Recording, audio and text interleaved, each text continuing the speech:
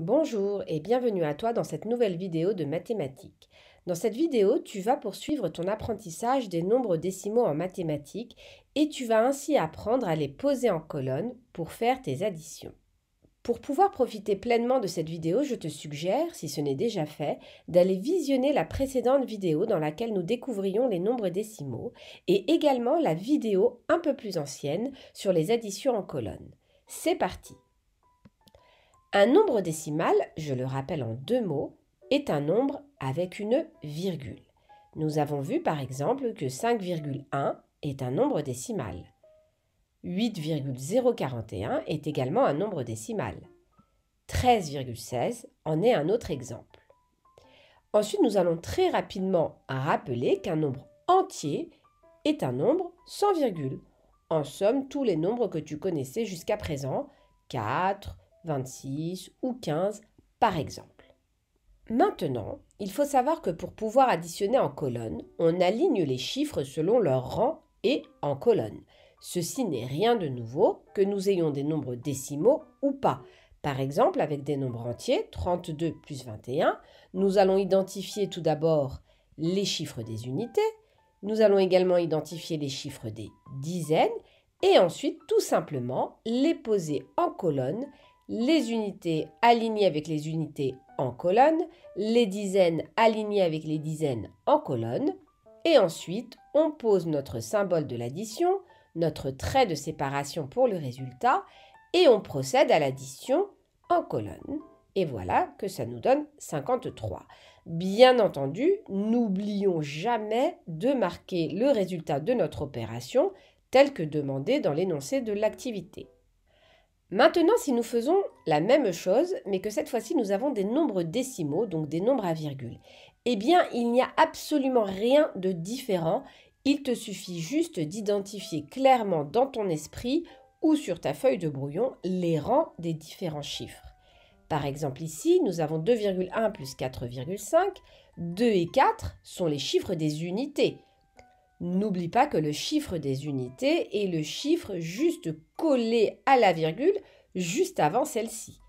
Et le premier chiffre qui se trouve après la virgule, c'est le chiffre des dixièmes. Et alors, on aligne tout simplement les chiffres des dixièmes et le chiffre des unités ensemble, on les pose en colonne, on complète avec nos symboles. Et alors, très important, n'oublie surtout pas la virgule, je te la mets en rouge ici, car l'erreur que nous faisons tous le plus souvent, c'est de correctement aligner nos chiffres en fonction de leur rang, mais d'oublier la virgule. Tu oublies la virgule, tu changes complètement ton résultat d'opération. La virgule est extrêmement importante, donc avant de faire ton calcul, aligne tes chiffres et mets ta virgule. Et ensuite, tu procèdes à ton addition. 1 plus 5, ça fait 6. Je descends la virgule immédiatement et je continue. 2 plus 4, cela fait 6. Et je reporte le résultat de mon addition. 2,1 plus 4,5 est donc égal à 6,6.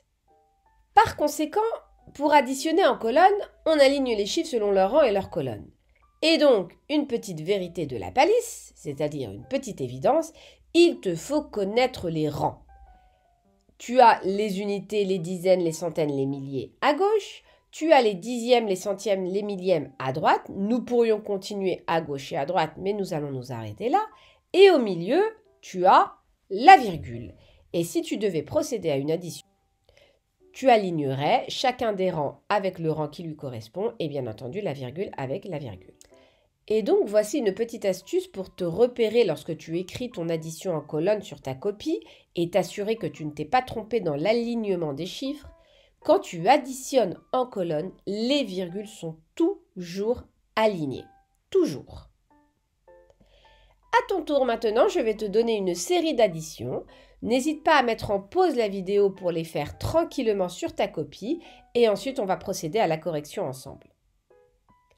Alors, pose et calcul en colonne, 3,6 plus 7,1, 4,12 plus 12,27, 3,6 plus 2,18, 5 plus 7,89, 14,3 plus 5,8.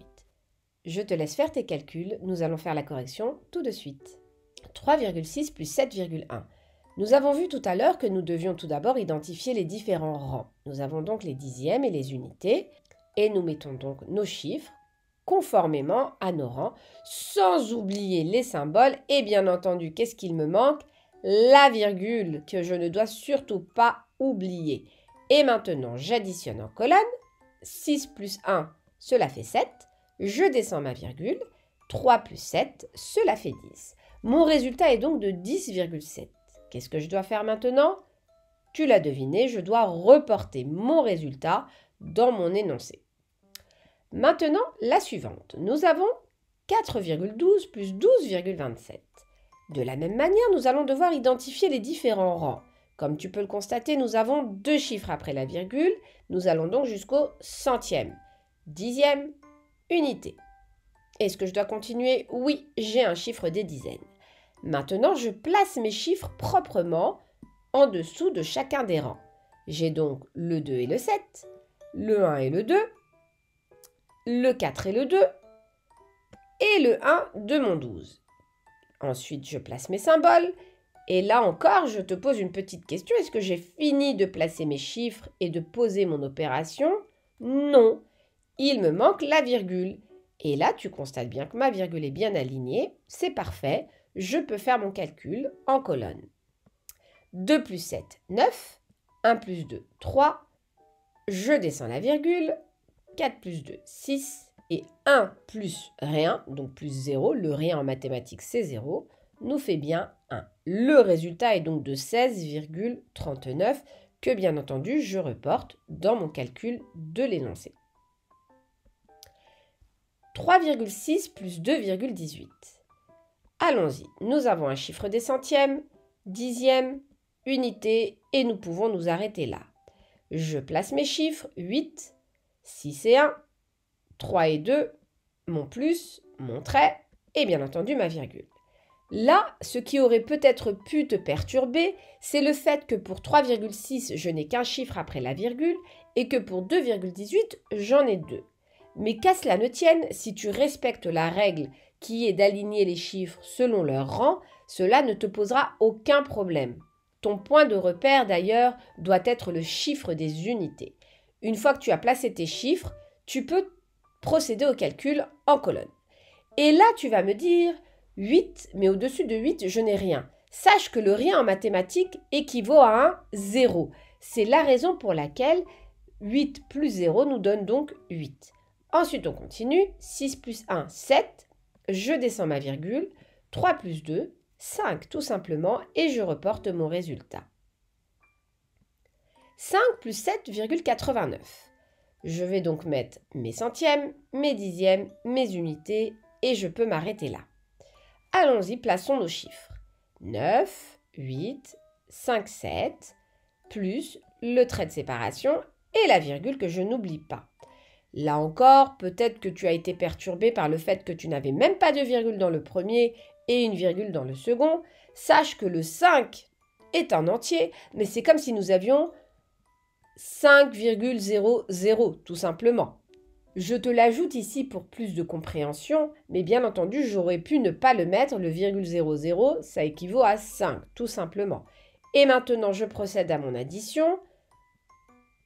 5 et 7, 12, voilà mon résultat que je reporte au-dessus. Enfin, voici le calcul suivant, 14,3 plus 5,8. Avant de me lancer dans les calculs, qu'est-ce que je dois faire? Identifier mes rangs, dixième, unité et dizaine. Et je place mes chiffres conformément à ce que nous venons d'apprendre, avec la virgule bien entendu que je n'oublie pas. 3 plus 8, cela fait combien? Cela fait 11. Nous savons que lorsque nous additionnons en colonne, on ne peut pas marquer 11. On va devoir marquer le chiffre des unités et avoir une retenue. C'est exactement la même règle que s'il n'y avait pas de virgule. Je vais donc poser 1, mettre la virgule, qui doit descendre également, mais je n'oublie pas ma retenue.